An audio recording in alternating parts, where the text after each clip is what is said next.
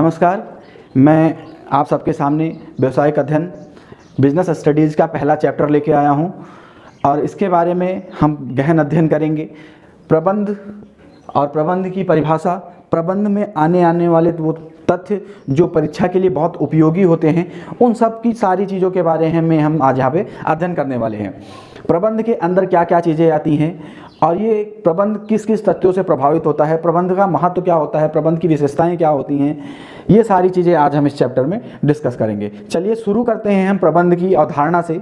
तो प्रबंध की अवधारणा से हम समझते हैं प्रबंध एक प्रभावी और कुशलतापूर्वक लक्ष्यों को प्राप्त करने के उद्देश्यों के साथ काम करवाने की प्रक्रिया है।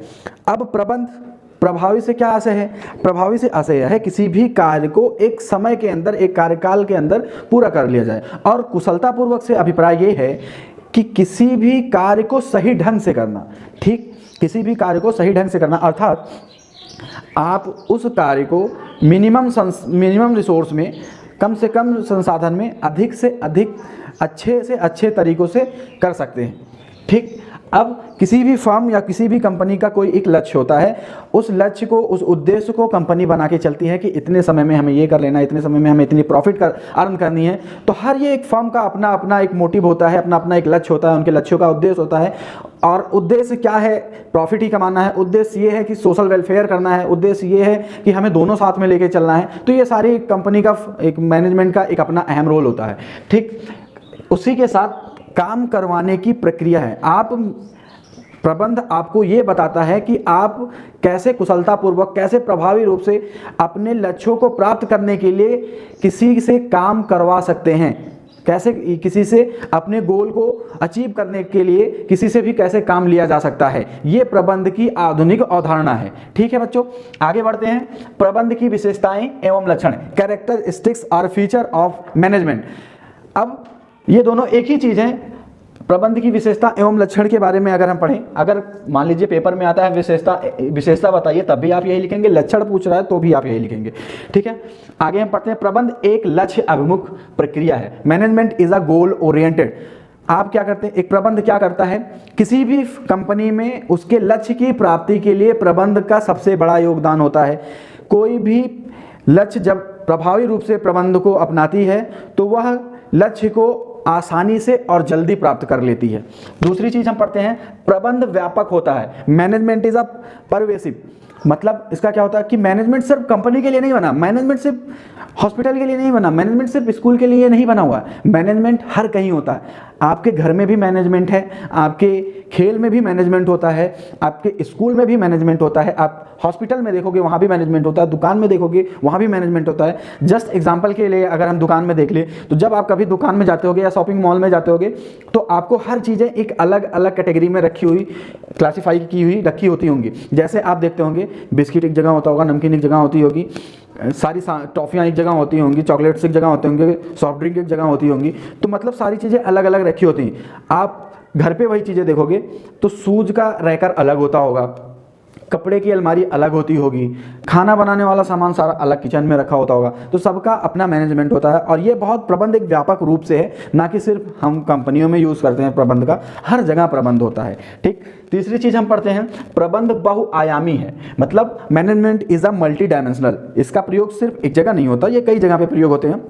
जैसे क्या? कार्य का प्रबंध, व्यक्तियों का प्रबंध, प्रचालन का प्रबंध।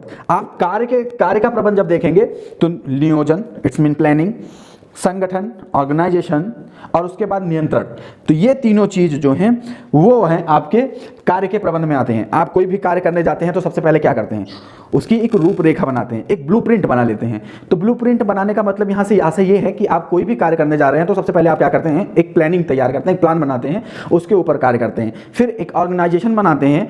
ऑर्गेनाइजेशन मतलब एक संगठन बना लेते हैं कि इस चीज़ में कौन कौन काम करेगा, उनकी एक सूची बना लेते हैं कि क्या क्या काम करना है। इस संगठन में ये काम करेगा, ये इसमें ये काम करेगा। उसके बाद आप क्या करते हैं? पूरा आप अपने अंडर में उसको कंट्रोल करते हैं। तो ये क्या हुआ? कार्य का प्रबंध। आते हैं हैं व्यक्तियों के प्रबंध के बारे में, मैनेजमेंट ऑफ अ पीपल्स, ठीक है। नियुक्तिकरण और निर्देशन, स्टाफिंग एंड डायरेक्टिंग। आप नियुक्तिकरण करते हैं और कर्मचारियों की नियुक्ति कैसे करते हैं, उनकी योग्यता के अनुसार पे। लोगों की नियुक्ति कैसे करते हैं, उनके कार्य के आधार पे, उनकी योग्यता के आधार पे कि ये कौन से कार्य कर सकते हैं, ठीक। आते हैं प्रचालन का प्रबंध, मैनेजमेंट ऑफ ऑपरेशन। तो आप इसमें ये देखते हैं, जैसे आप कंपनियों में देखते होंगे, सबसे सिंपल सा एग्जांपल है ये, आप कंपनियों में देखते होंगे कोई भी सामान आप खरीदते होंगे, कोई भी सामान आप क्रय करते होंगे, उसको बनाते होंगे, उसको या अर्ध निर्मित करके किसी और कंपनी को दे देते होंगे, सेमी फिनिश्ड के रूप में किसी और कंपनी को दे देते होंगे, वो बनाता होगा। तो ये सारी चीज़ें किस में आती हैं, प्रचालन के प्रबंध में। आई होप यहाँ तक आपको समझ में आया होगा। आगे बढ़ते हैं। आगे, प्रबंध एक सतत प्रक्रिया है। Management is a continuous process. मतलब मैनेजमेंट, आपका प्रबंध जो है वो हमेशा एक चलने वाली प्रक्रिया, हमेशा चलती रहती है, ठीक। कभी रुकने वाली प्रक्रिया नहीं है, ये हमेशा एक चलती रहती है। प्रबंध एक सामूहिक क्रियाकलाप है। Management is a group activity. आप जिस स्कूल में पढ़ते होंगे, देखते होंगे, मैनेजमेंट जो होता है वो एक ग्रुप एक्टिविटी होता है। आपकी प्रिंसिपल से लेके लास्ट नीचे तक, आप जो लो लेवल पे आते हैं तो एक प्यून तक सारे मिलके उस स्कूल को चलाते हैं, ठीक। और जहाँ ये सारे मिलके चलाते हैं वो स्कूल एक बेहतर ढंग से चलता है। जहाँ एक सीईओ से लेके एक गेट कीपर तक मिलके काम करते हैं, वो कंपनी टॉप लेवल पे जाती है। तो ये जहाँ प्रबंध सामूहिक रूप से कार्य करता है, वहाँ प्रबंध उच्च स्तर पे होता है। आगे पढ़ते हैं। प्रबंध एक गतिशील कार्य है। Management is a dynamic functions. Dynamic function से हमारा तात्पर्य है कि प्रबंध हमेशा चलने वाली प्रक्रिया है, हमेशा गतिशील रहने वाली प्रक्रिया है। प्रबंध कभी एक जगह स्टॉप होने वाली स्टैटिक्स फंक्शंस नहीं है, यह एक डायनामिक फंक्शन है, ठीक। अगला है, प्रबंध अदृश्य है। Management is a intangibles. Intangible means अदृश्य होना। आप कभी भी मैनेजमेंट को नहीं देख सकते। मैनेजमेंट कैसे चल रहा है, कैसे उसको चलाया जा रहा है, वो अदृश्य, वो दिखने वाली चीज़ें नहीं है। अर्थात आप ये नहीं कह सकते कि हमने यहाँ मैनेजमेंट को बैठा के रखा है, ये देखो मैनेजमेंट है, यही मेरे मैनेजमेंट को मैनेज करता है, यही मेरी कंपनी को मैनेज करता है, ये देखो ये मैनेजमेंट है। मैनेजमेंट एक अदृश्य चीज़ है, वो किसी को दिखाई नहीं देती, सिर्फ कार्य करती रहती है, गतिशील रहती है, डायनेमिक रहती है। तो ये सारी चीज़ें यहाँ तक आपको समझ में आ गई होंगी। आगे पढ़ते हैं प्रबंध के उद्देश्य के बारे में। प्रबंध का उद्देश्य क्या है, ऑब्जेक्टिव्स ऑफ मैनेजमेंट, तो इसके बारे में पढ़ते हैं। प्रबंध का उद्देश्य जो है बेटा वो संगठनात्मक उद्देश्य होता है। ऑर्गेनाइजेशनल ऑब्जेक्ट्स जो होते हैं उसमें 3 चीज़ें आती हैं। उत्तरजीविता पहली जो होती है वो उत्तरजीविता होती है, दूसरा लाभ होता है और तीसरा जो होता है वो ग्रोथ होता है। उत्तरजीविता मतलब रिस्पॉन्सिबिलिटी जो होती है, दूसरा जो होता है प्रॉफिट होता है, तीसरा जो होता है वो लास्ट ग्रोथ होता है। उत्तरजीविता मतलब एग्जिस्टेंस ऑफ योर फर्म और कंपनी। आपकी फर्म जो है वो, जब भी आप एक कंपनी डालते हैं तो उसकी एग्जिस्टेंस को आप शो करते हैं, दिखाते हैं कि हाँ मेरी कंपनी इसके लिए है, ये काम करती है, ठीक। लाभ, कोई भी व्यक्ति जब कोई कंपनी चलाता है तो वो किस चीज़ के लिए चलाता है, लाभ के लिए, प्रॉफिट के लिए। उसका मोटिव क्या होता है, प्रॉफिट अर्न करना। तीसरी चीज़ जो ग्रोथ है, आप कभी भी ये नहीं चाहेंगे कि मेरी फर्म ग्रोथ ना करे। आप हमेशा ये सोचेंगे कि आज मेरी एक फर्म है, कल को 2 हो जाए, परसों 3 हो जाए, मतलब ऐसे ईयर दर ईयर बढ़ता रहे, ठीक है। जैसे आपने एक सिंपल सा उदाहरण ले लिया बिग बाजार का, तो पहले कोई एक यूनिट लगी थी, फिर दूसरी शॉपिंग मॉल खुली उसकी, फिर तीसरी, फिर ऐसे आज पूरे इंडिया में उसकी चेन फैल चुकी है। तो ये है वृद्धि, ठीक। आगे हम बढ़ते हैं। सामाजिक उद्देश्य, सोशल ऑब्जेक्टिव्स। किसी भी फर्म का सिर्फ इतना उद्देश्य नहीं होना चाहिए कि सिर्फ वो प्रॉफिट को अर्न करे। सोशल उद्देश्य मतलब सोशल ऑब्जेक्टिव्स मतलब ये होना चाहिए बेटा कि जब भी एक फर्म काम करे तो वो सोशल वेलफेयर को भी देखे, गरीब बच्चों के पढ़ाई में भी साथ दे, वहाँ हॉस्पिटल भी खुलवाए।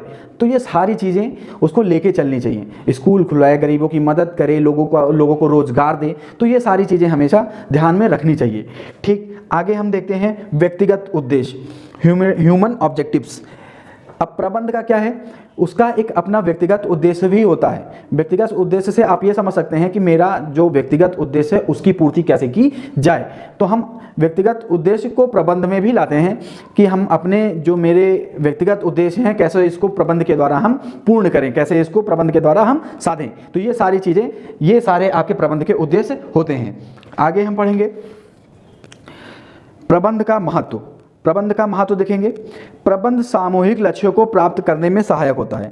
मैंने पहले भी बताया था सामूहिक लक्ष्यों की बात, अभी हम लोगों ने पहले ही की थी कि जब एक स्कूल में एक प्रिंसिपल से लेके एक प्योन तक सारे लोग मिलके काम करते हैं, एक कंपनी में एक सीईओ से लेके एक गेटकीपर तक सारे मिलके काम करते हैं, तो वह कंपनी अपने लक्ष्यों पे आसानी से पहुंच सकती है। जरूरी नहीं कि प्रिंसिपल का जो सैलरी हो वो गेटकीपर का भी सैलरी हो, प्यून की भी सैलरी हो, मतलब उससे नहीं होता, मतलब आपके रिस्पेक्ट से होता है। मतलब सीईओ की सैलरी जो हो वो गेटकीपर की सैलरी हो उससे नहीं होता, मतलब आपकी आदर सम्मान से होता है। अगर हम सब मिल के काम करते हैं, समूह में काम करते हैं, तो जो ग्रुप एक्टिविटी में काम करते हैं, तो हम अपने लक्ष्यों पे जल्दी पहुंच सकते हैं।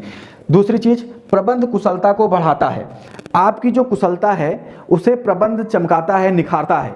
ठीक है, प्रबंध के द्वारा ही कुशलता को बढ़ाया जा सकता है, अर्थात कम से कम दाम में अच्छी सी अच्छी चीज़ों को प्रोडक्शन करना, कम से कम संसाधन में अधिक से अधिक चीज़ों का उत्पादन करना, तो ये कुशलता होता है। और किसी भी कार्य को सही ढंग से करना, सही कार्य को सही ढंग से करना, ये कुशलता है। ठीक, प्रबंध गतिशील संगठन का निर्माण करता है।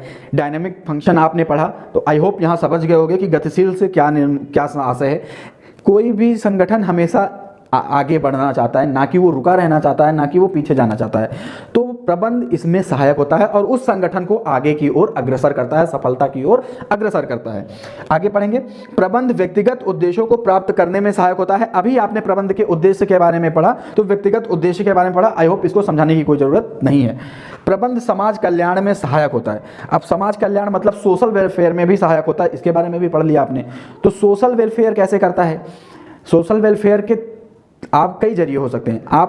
आपका जो कर्मचारी होता है वो आपके आसपास का होता है, वो भी समाज से जुड़ा हुआ होता है। आप उसको सम्मान देते हैं, आप उसको सैलरी देते हैं, तो एक तरीके से तो ये भी समाज कल्याण ही हुआ। आप बच्चों के लिए प्लेग्राउंड बनवाते हैं, आप बच्चों के लिए स्कूल बनवाते हैं, आप समाज के लिए हॉस्पिटल खुलवाते हैं, ये सारी चीज़ें कराते हैं, तो प्रबंध समाज कल्याण में भी सहायक होता है। आगे बढ़ते हुए हम पढ़ते हैं नेचर ऑफ मैनेजमेंट। नेचर, प्रबंध की प्रकृति के बारे में हम पढ़ते हैं। प्रबंध की प्रकृति किस किस रूप में होती है? अगर हम प्रबंध की प्रकृति को देखें विज्ञान के रूप में, और प्रबंध की प्रकृति को देखें कला के रूप में, इन दोनों में एक बहुत बड़ा अंतर होता है। और आखिरकार हम देखेंगे प्रबंध की प्रकृति को दोनों के रूप में, कला के रूप में भी और विज्ञान के रूप में भी। ठीक है, आगे हम बढ़ते हैं। प्रबंध एक विज्ञान के रूप में, मैनेजमेंट एज अ साइंस, ज्ञान का व्यवस्थित निकाय। आपने अगर विज्ञान पढ़ा होगा, अगर आपने 10th तक विज्ञान साइंस को पढ़ा होगा, तो उस हिंदी में एक उसकी डिफिनीशन होती है, परिभाषा होती है, सुसज्जित तथा सुव्यवस्थित क्रमबद्ध ज्ञान को, जोड़ दिया जाए, क्रमबद्ध ज्ञान को विज्ञान कहते हैं। तो उसमें ज्ञान का व्यवस्थित निकाय, ठीक ऐसे ही मैनेजमेंट में भी ज्ञान का एक व्यवस्थित निकाय होता है। ठीक, ज्ञान का व्यवस्थित निकाय होना प्रबंध के लिए एक विज्ञान के तरीके का, विज्ञान के तरीकों का क्या कहना, या विज्ञान ही कह सकते हैं, विज्ञान ही कहलाता है। ठीक, विज्ञान के जैसा ही कहलाता है। सिद्धांत परीक्षणों पर आधारित, आपका जो भी विज्ञान होता है, वो आपके जो भी विज्ञान में नियम होते हैं वो किस पे आधारित होते हैं? प्रिंसिपल पे बेस्ड होते हैं, सिद्धांतों पे आधारित होते हैं। ऐसे ही हमारे यहाँ जो भी मैनेजमेंट, जो भी हम प्रबंध को लागू करते हैं, वो प्रिंसिपलों पे बेस्ड होता है, सिद्धांतों पे आधारित होता है। सार्वभौमिक वैधता अर्थात यूनिवर्सल वैलिडिटी। यूनिवर्सल वैलिडिटी एक तरीके से आप कह सकते हैं, जब भी हम एक काम करते हैं, विज्ञान में देखते हैं, कोई भी परीक्षण करते हैं, तो वो काफ़ी समय तक रहता है। हालांकि ये प्रबंध में उतना ज़रूरी नहीं है, क्योंकि प्रबंध में हम अपने आवश्यकता अनुसार बदल भी लेते हैं। तो ठीक है, ऐसा नहीं है कि ये ज़रूरी है वैधता काफ़ी दिनों तक बनी रहे, ऐसा कुछ भी नहीं है। तो इसको एक तरीके से ना भी मान सकते हैं, ज़रूरी नहीं है सारी चीज़। प्रबंध एक कला के रूप में, management as a science, sorry art. तो आर्ट क्या होता है? जो सृजनात्मकता एवं रचनात्मकता से परिपूर्ण हो, उसको हम कला कह सकते हैं। ठीक, ज्ञान का व्यवस्थित निकाय, सिद्धांत संबंधी ज्ञान का अस्तित्व। ज्ञान का व्यवस्थित निकाय अर्थात वही चीज जो साइंस से हमने सीख के अभी आई, ज्ञान का व्यवस्थित निकाय होना। सिद्धांत संबंधी ज्ञान का अस्तित्व, क्या अस्तित्व है हमारे सिद्धांत संबंधी ज्ञान का, उसका होना, जो कि आपका आर्ट में भी होता है और आपके मैनेजमेंट में भी होता है। आप व्यक्तिगत कुशलता में आप देखेंगे अगर, तो आप कितने कुशल हैं, आपकी कुशलता ही आपके आर्ट को अच्छा करती है, रचनात्मक करती है। आप ये सोच लें कि आप बहुत अच्छा आर्ट बना सकते हैं, अगर आप ऐसा सोच लें और आप बना ना पाएँ, तो आपके सोचने से कुछ नहीं होता। अगर आप आर्ट बना लेते हैं तो इसका मतलब ये है कि आप कुशल हैं। अगर आप ऐसे ही चीज़ें होती हैं आपके प्रबंध में भी, अगर प्रबंध कुशल है तो आपका व्यवसाय अधिक से अधिक दिनों तक चलेगा, आप अधिक से अधिक प्रॉफिट अर्न करेंगे। अभ्यास एवं सृजनात्मकता पर आधारित, कोई भी चीज़ होती है, चाहे वो मैनेजमेंट हो या आर्ट हो, आप आर्ट को तभी बढ़िया से बना सकते हैं, आर्ट को तभी रोचक और सृजनात्मकता और रचनात्मकता से बना सकते हैं जब आपके पास अभ्यास का एक पूरा का पूरा बंडल हो, अर्थात आपने बहुत ज़्यादा अभ्यास किया हो। ठीक, आपके पास अभ्यास का, प्रैक्टिस का एक बंच हो, मतलब एक गुच्छा हो, एक पूरा समय रहा हो, आपने बहुत मेहनत की हो, तो आप कला बेहतर ढंग से बना सकते हैं। ऐसे ही प्रबंध भी अभ्यास पर आधारित होता है। ठीक है, प्रबंध का वो नियम, वो सारी चीज़ें जो कई बार हम करके परीक्षण करके देखते हैं, तो वो चीज़ होती है हम अपने कंपनी या फर्म पे उसका परीक्षण करते हैं, अवलोकन करते हैं। ठीक।